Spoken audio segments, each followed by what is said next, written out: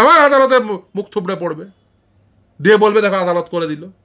আরে বাবা, তুই যে 4 লাইনের বিজ্ঞপ্তি লিখতে পারিস না সেটা বল।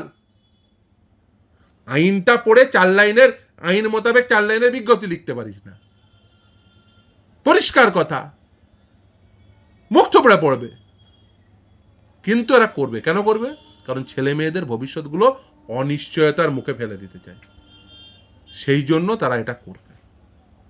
এটা করছে সেই কারণে, করবে সেই কারণে।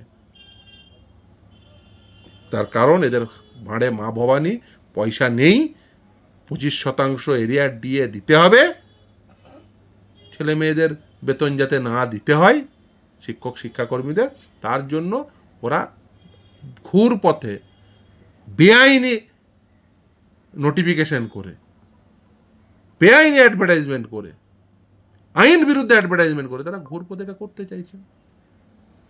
ওরা ভাবছেন এটা করে আইনি জটিলতা তৈরি করা যাবে এবং তার ফলে বিষয়টাকে আরও প্রলং করা যাবে।